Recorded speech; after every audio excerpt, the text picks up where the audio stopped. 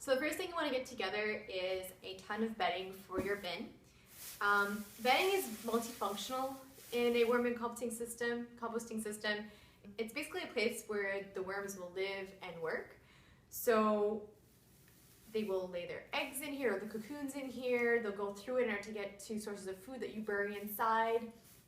The bedding also serves to hold on to moisture to ensure that there's enough water for the worms to live and work optimally.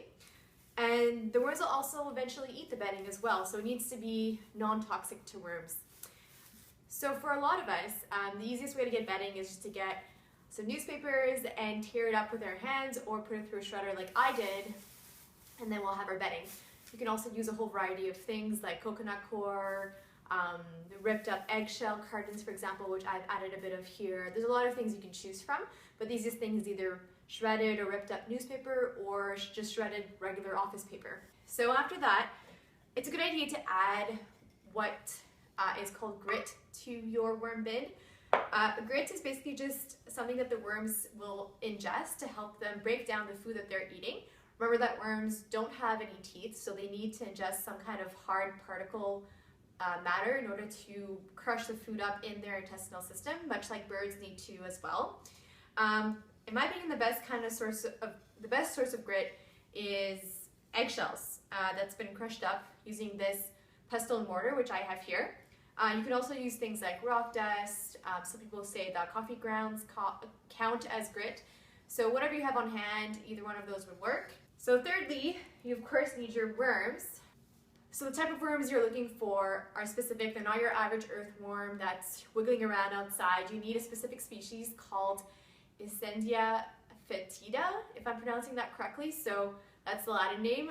I guess the common name for them is red wigglers. So just Google that and you'll see a lot about them. Probably have some results there for people selling them. There's other types of worms that you can use in a home composting system, but I think the most commonly used kind is actually these red wigglers right here. These worms come from my other worm bin that I already have, so I didn't have to go and get them from anywhere. But you can order them online. You can find people on Kijiji or Craigslist who are selling their worms to other people. I remember when I first started my worm bin, I bought it for $30 a pound from someone. You really only need 1 pound of worms to get started with your average worm bin. And you might get lucky and just find someone to give it to you for free. So lastly, what you need is a bit of soil, either from finished compost, from your finished compost that you created using your original worm bin like I have here, or you need to go and get just like a small bag of everyday garden soil from the garden center. The reason why you want to add that in is because you want to inoculate the whole bedding with some beneficial microbes. They'll really kickstart your worm bin. Notice that my bedding is all dry. This will actually cause the worms to die because worms need moisture in order to breathe properly and move around properly. So the first thing you want to do is moisten up this bedding so that it's damp but not completely soggy and dripping wet. So let's see what that looks like.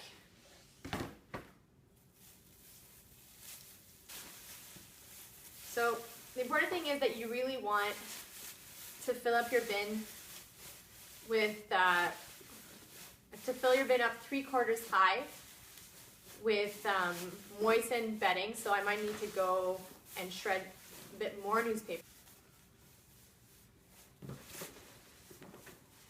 So another thing that's important about your bedding is that it's kind of fluffy. There's like air pockets in it so that worms can benefit from the oxygen. Okay, so this is definitely not enough. As you can see, my bin is only half full, so I need to fill it up 3/4 of the way. So I'm gonna go make some more. Okay, so I greatly underestimated the amount of bedding I needed.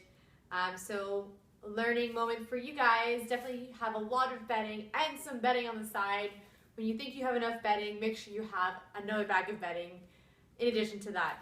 So I just went ahead and I found some junk mail. Live in a condo, so I just went downstairs and grabbed some junk mail in the junk mail recycling box that's beside all the mailboxes, and I shredded it. So now I'm going to moisten it using this much smarter method of putting the water into a separate container rather than my huge bin. I just have a spray bottle here for like touching up the moisture. So remember, you want it to be moist but not soggy. When you squeeze it, no more than 1 or 2 drops should fall out. So it should feel like a squeezed sponge, basically. So, okay, so I'm gonna add this in here. Hopefully it'll be enough. Well, this one's rather wet. As you can see, it's like, I don't know if you can see, but it's dripping. Yeah, this is like, when you squeeze it, a ton of water comes out. It's too wet. So let's just squeeze it out. So don't do that. Don't make it that wet. It's too wet. Gross. So, just gonna put that down. So give it a good fluffing. Make sure all the different, like they're not like crunched, like mushed up together. Just because remember, you really want this to be full of air holes for your worms. And also you want to make it easy for your worms to travel. Okay, just do a quick squeeze test and see if we have enough moisture in here. Remember, no more than 1 or 2 drops. Yeah, that's pretty good. Close enough. Doesn't have to be perfect. Great, so now that we have our moistened bedding, you want to go ahead and add in and mix in your grit, whether that is pulverized eggshells like I have, or some kind of other grit like sand dust or whatever. Just put it in here. I'll mix it in later because I have to add in one more thing.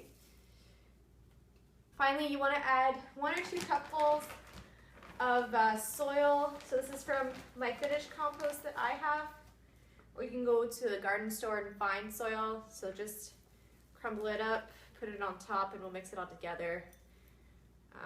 1 or 2 cups, you know, whatever feels right. All right, so now that you've got your grit and your soil in here, you just want to go mix it up. Now for the fun parts, we take our worms. My worms are hiding. I'm gonna empty them out here so that you can see them. Worms. You can hear them squirming. You just want to put them in. Just bury them in. Take a little hole, put them in here.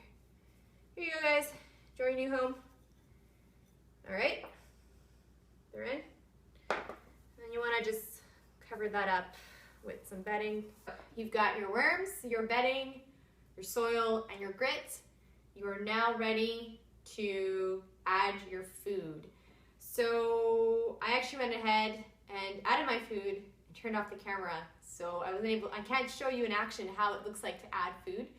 But basically you want to weigh around ½ a pound of food.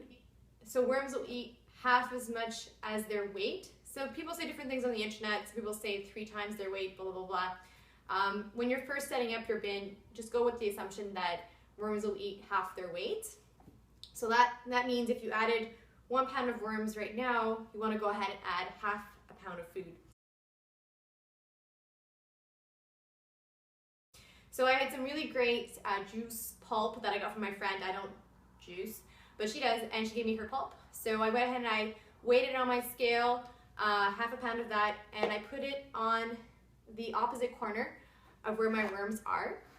So my worms are here, and then my food is here. You can see this colorful patch of pulverized carrots and beets. That's what I think it is. You want to go and cover up your food with a lot of bedding, just so it doesn't smell when you open your bin the next time. Okay, great. So now, take the lid that you made earlier on with the many holes drilled into the top, close your bin. Voila. You have begun your worm bin composting journey, which will hopefully last your whole entire life. Important point, as tempting as it will be to check on your worms 2 or 3 or 1 hour after you've closed this bin, please do not do that. They need peace and quiet and darkness to help them get comfortable with their new home, help them find their way to the food, and just help them populate this new bin. So in 3 to 4 days, what you want to do is actually go check on them, see if they've made their way to the food. Just remove the bedding where the food is and just check if there's worms in there. If so, then that's great. Your worm bin is working. You can start adding food every single day, so ½ a pound a day to begin with.